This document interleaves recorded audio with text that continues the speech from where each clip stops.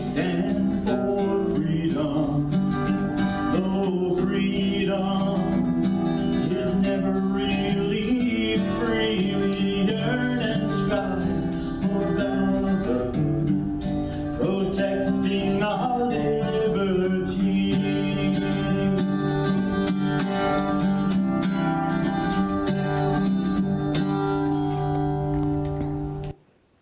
Hello and welcome to another episode of Your Right to Know, brought to you by the Fitchburg Republican City Committee. I'm your host, Andrew Kuchar, and with me, as always, is my faithful co-host, Mary Lotze. How are you doing tonight, Mary? I'm doing wonderful, Andrew, and Great. thank you. And our panel guest for this evening is Cornelius Shea, candidate for U.S. House in the 2nd Congressional District. How you doing, Neil? Very good, Andrew. Very good, Mary. Thank you so much for having me here Thank tonight. you for being with us. Thank you, definitely, for being here. And so tonight's topic is going to be all about Cornelius Shea. And he wants to come on this and give us a little bit of information about himself. Although the people of Fitchburg, unfortunately, you cannot vote for Cornelius because our representative is Lori Trahan. Mr. Shea is going after Jim McGovern for his seat. Now, Cornelius, please introduce yourself to our viewers.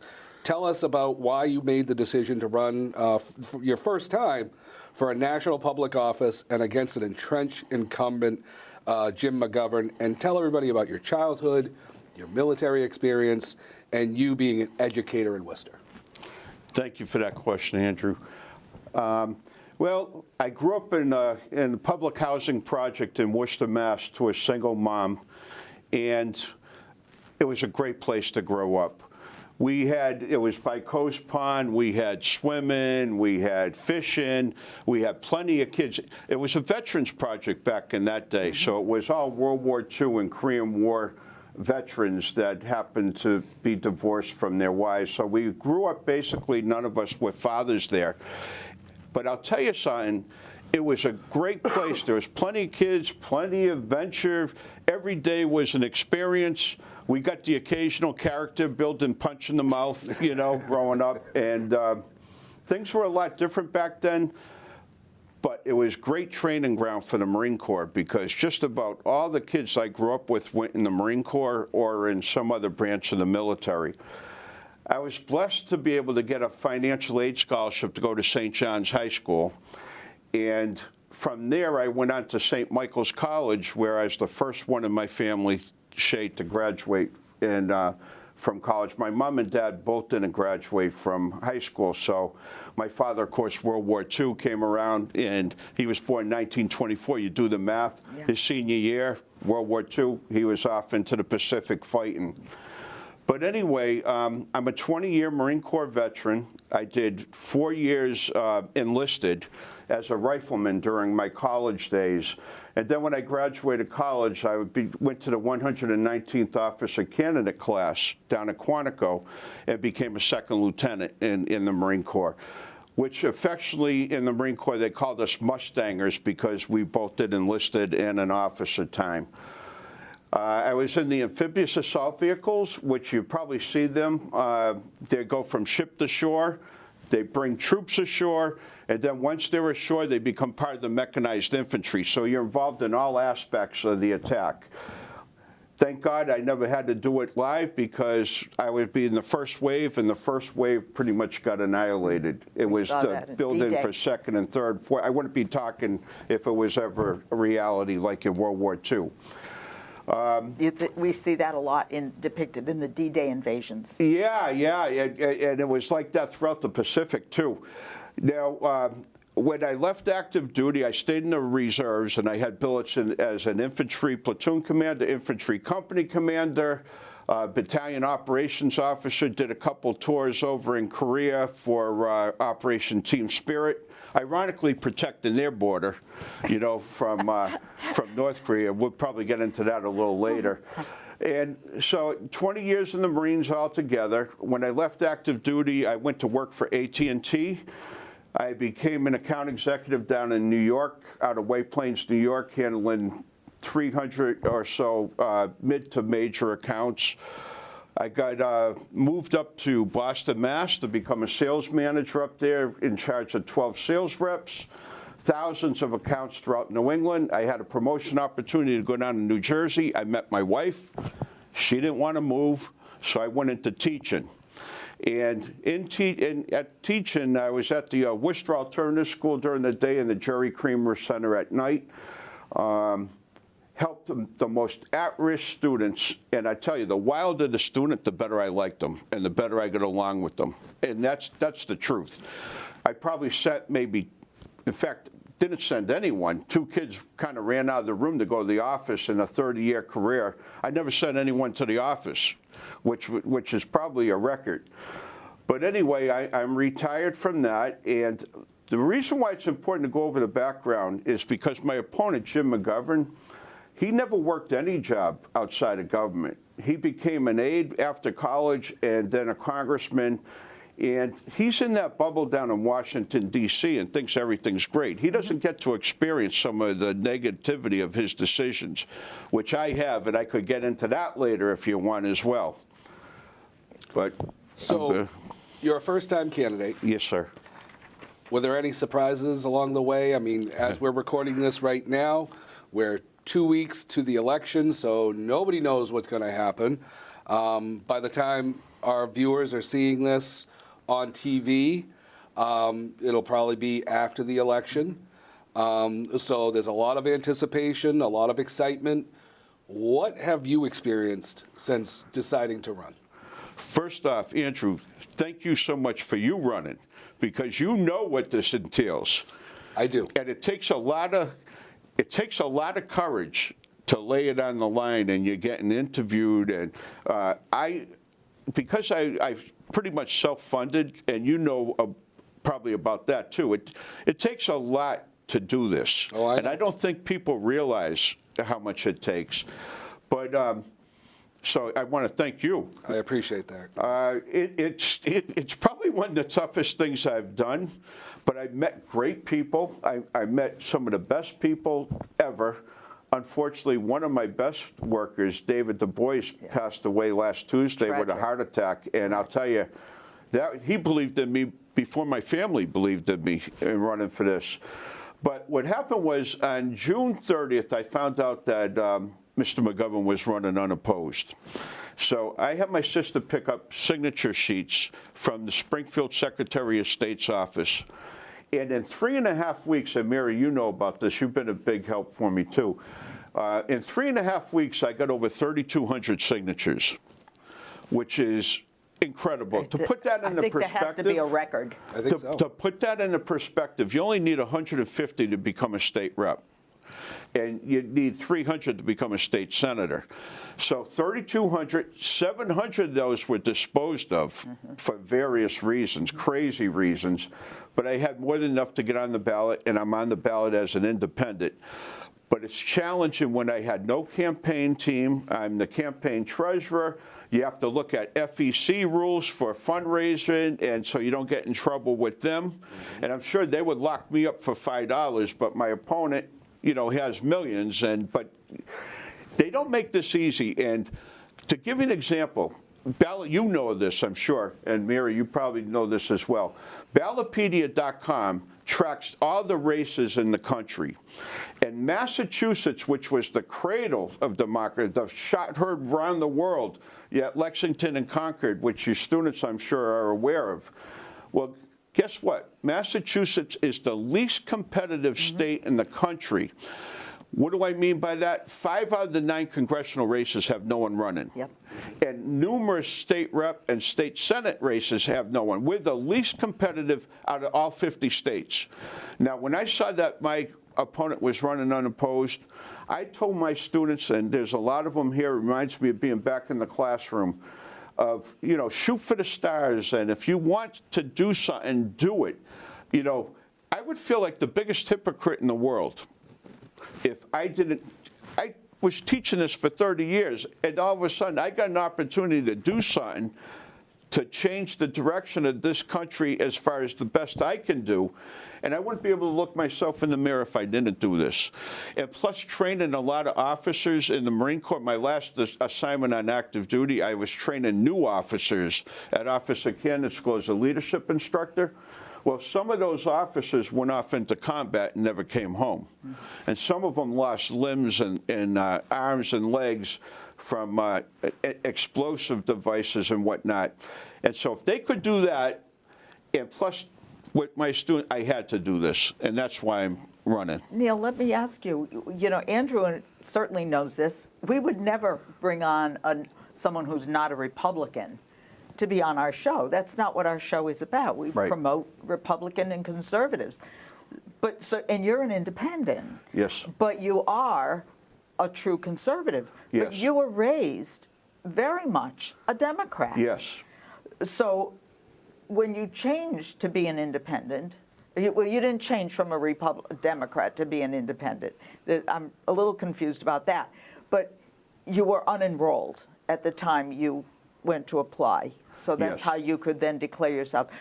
Did you find that the independent title helped bring voters to your side, that you were able to get so many signatures so quickly, that there's so many people out there that are tired of both Democrats and Republicans and the squabbles and the, you know, the drama that's around Democrat and Republican, that when they saw an independent, they said, give me that paper, I want to sign it? What did you find about that independent status? Mary, that's an outstanding question, and I'm really, really glad that you asked that. The reality of it is, I would consider myself a John F. Kennedy Democrat. And as you know, John F. Kennedy, and if you don't believe me, just look what happened to RFK Jr., okay, Robert F. Kennedy Jr. If you study John F. Kennedy, he had a major tax cut, and he had a call to service. And his call to service was, ask not what your country can do for you, ask what you can do for your country. And I really believe that's why I was a 20-year Marine Corps veteran and a 30-year school teacher. It was service to your country. And plus he had a call to unity, to unite us. Back then, as you know, there was a lot of civil rights issues going on. Well, the progressives right now, the progressive Democrats, which I believe are destroying this country, I really believe that. I agree that. They're destroying this country. Well, they hate tax cuts. I find them to be very divisive. And third, they don't have a call to service. They ask, what can the country do for you from cradle to grave in a socialized type of way? So I'm totally against it. I didn't leave the Democratic Party. They left me. But you are right. John F. Kennedy wouldn't be welcome. No. So John F. Kennedy would be a Republican. Everyone is trying to label me. Every show, every TV show except this one, every radio, and I've been doing a lot of them. So if I mix up my words, I apologize, because I've been 18, 12, you know what I mean, everywhere. But it's just they're trying to label me right away as a Trump MAGA. Oh. And the reason why they're doing that, and they're trying to do the same thing to John Deaton, but he came out a lot strongly against Donald Trump than I ever would. But they're trying to box me in that because they know they can beat me 66 to 33% all day long. They know that. And my opponent, I heard it in his own words say it. Well, here's the thing. I'm not a MAGA Republican, but I'm with President Trump a lot of the way because I agree with a lot of his policies. And I'm obviously voting for President Trump in the election. But I am a JFK Democrat, and they don't know how to handle that. Because if I can peel away some of the moderate and conservative Democrats and get the Republican vote, and as you know, to answer another part of your question, most of the voters are unenrolled independents.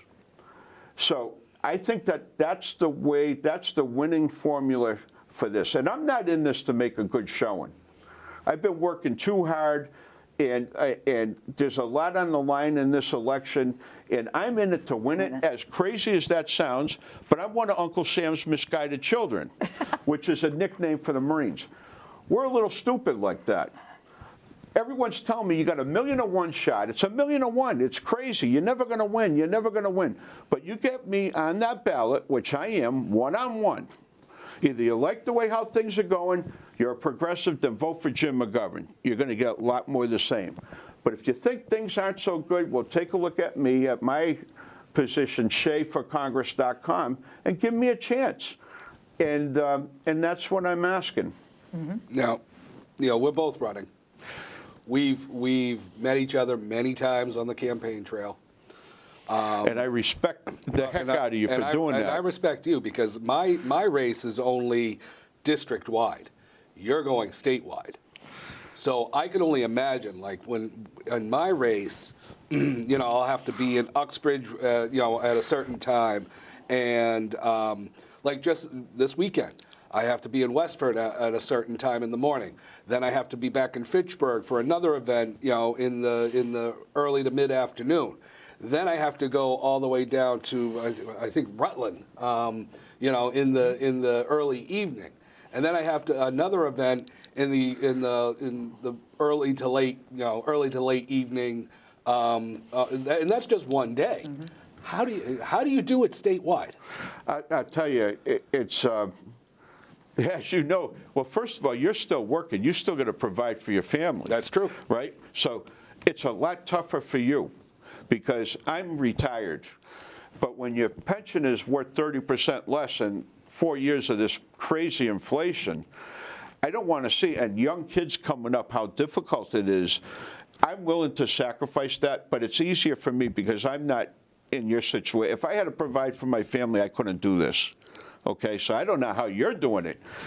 But if I could just bring up a point which ties into what you asked.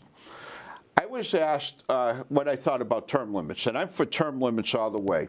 6 2-year term limits for Congress for a total of 12 years, 2 6-year term limits for the Senate for a total of 12 years. I came out with that, and my opponent, in his own words, sarcastically said, get this. He says, we have term limits. They're called elections every year. And he said it very sarcastically, like I was stupid. Well, I found that to be incredibly disingenuous. I find it arrogant. It's very disingenuous, and I'll tell you why. As an entrenched incumbent 28-year congressman, he can get all the money he wants. He can get millions if he wanted to through lobbyists and whatnot. You know that, I know that, you know this. I'm basically self-funded. So that's number one. Number two is they did some incredible gerrymandering to answer your question here. Worcester is the bulk of the 2nd Congressional District. You have towns like Oxford and Southbridge and half of Webster that they took, the Brookfields, going out to Sturbridge. All of them, they started voting conservative. So they moved them to Richie Neal. Now, here's what you asked me. Jim McGovern picks up Northampton and Greenfield and Amherst. Yeah. And they went for him 13-1 in the last election. Yeah, that's a lot to make up. They knew exactly what they were doing. And by the way, they always accuse Republicans of gerrymandering, but they're pretty good at it. And with a Democrat-controlled House of Representatives, they get away with it. So that's what made my district incredibly large. I had one day on it was like Thursday, I had to do a radio interview in Springfield for 413. Then I went to Greenfield, cut a commercial. Then I went to David Du Bois's wake in Gardner. And then I went back to Orange because they had to meet the candidate. And I'm driving along and I'm saying, this is unbelievable. It's like 3-hour drive from end to end. And it's because of the gerrymandering they did, to answer your question. Yeah. Long way around it, but sorry about that. One of the things that I really appreciate is the fact that you took on the challenge against Jim McGovern, because we in the U.S. 3rd Congressional District, Laurie Trahan, has no competition.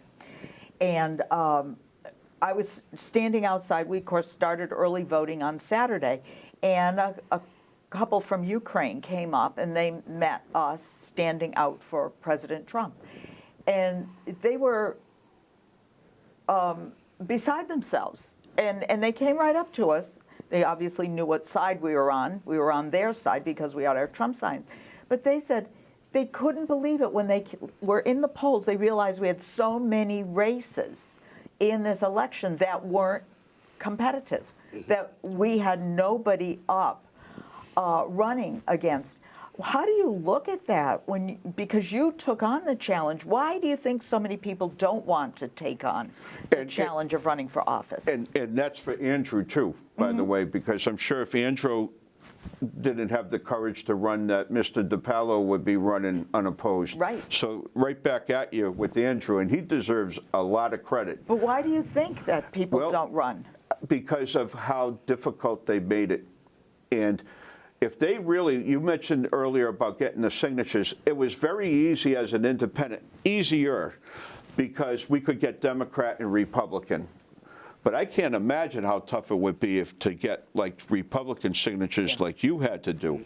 It was a lot easier for me, to tell you the truth, than Andrew. All the respect in the world.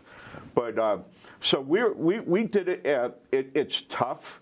The Republican Party statewide, I think, should really find candidates to run for every state rep seat and every state Senate seat and also every congressional race. But I'm embarrassed for this state right here. In fact, if I lose this election, I want to get involved with the Republicans to kind of build up a base to get people to run, I mean, the Democrats control this, and what it does is it creates arrogance. I was going to ask you that, because one of the biggest, and I'll use that same word back at you, arrogance. Jim McGovern, you wanted to debate him. He refuses to debate. And I went on the radio station that he's on every half hour, two of them.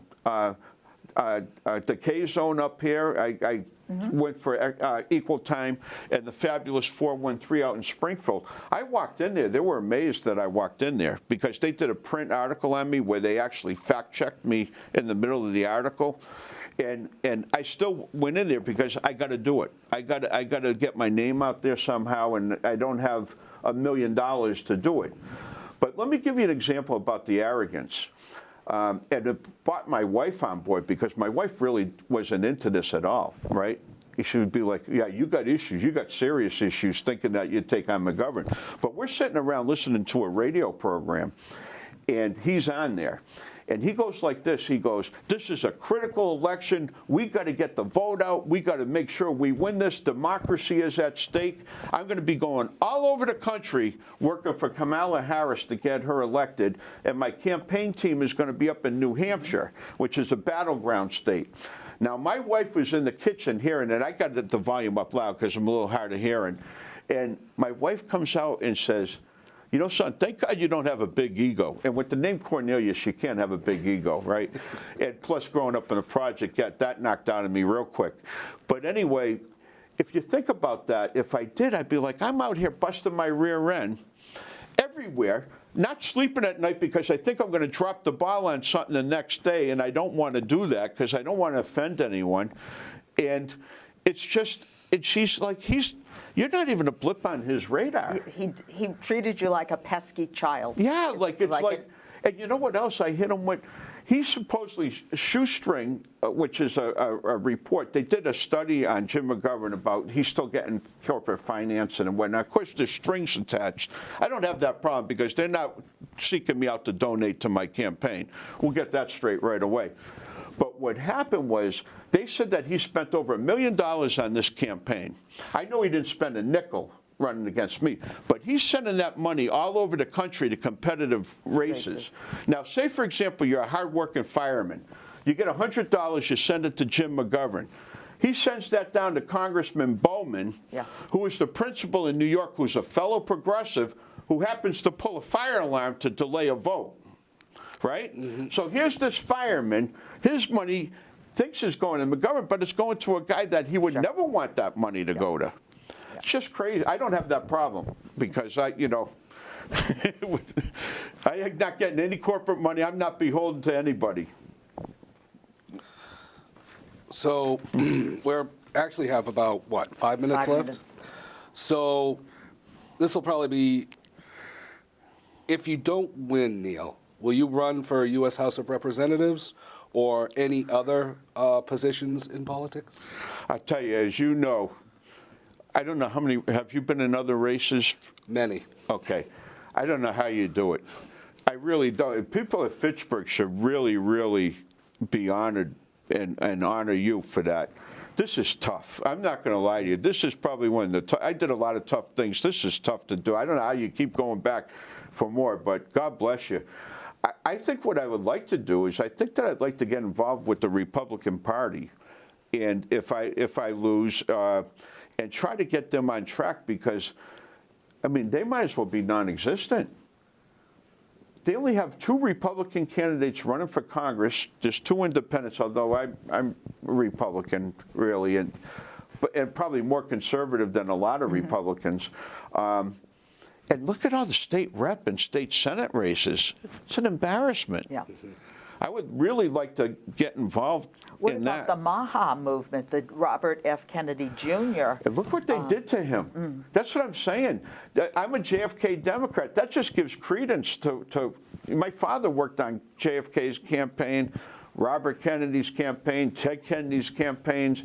I had dinner out at the Kennedy compound, got to meet the whole family. But they don't read that on the website. They're trying to label me as a Trump MAGA Republican to defeat me. But really, I am a JFK Democrat. We're going to be doing a lot with the Maha group over the next year, over 2025. So we'll keep you posted on that. I would love to get involved, and you know. Neil, you have 30 seconds to just tell the viewers why they should vote for you. Well, I'll tell you what. 30 seconds. Okay, 30 seconds. I am an independent in this race. I'm going to put country over party. Now, there's nothing getting done in Washington. It's a standstill. The Democrats, well, they have to vote Democrat or they don't get funded for their next race. The Republicans have to vote Republican or they don't get funded, congressional funding for their next race. I'm in the middle. I don't have that problem. I could take the best positions from both sides, although I have a hard time finding the good positions on the left side. I could take the positions, and they're going to be lobbying me for their vote. And so it's going to bring some power to the district, believe it or not, because it's so close down there. But SheaForCongress.com, if you want to learn about me, I would love to earn people's vote. We would love to have people give you their vote. Thank you very much, Neil, for being with us tonight. And we thank you for watching Your Right to Know and sitting in tonight with the Fitchburg Republican City Committee. We want you to remember that your local Republican City Committee or Town Committee is the only group that holds dear your constitutional rights and your conservative values.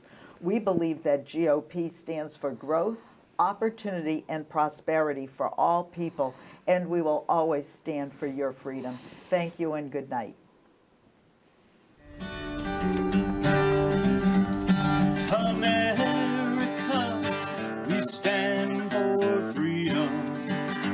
So let us all unite to yearn and strive for our republic that reflects our values, that preserves our rights, and goes forth in power and might, that reflects our values and preserves our rights and goes forth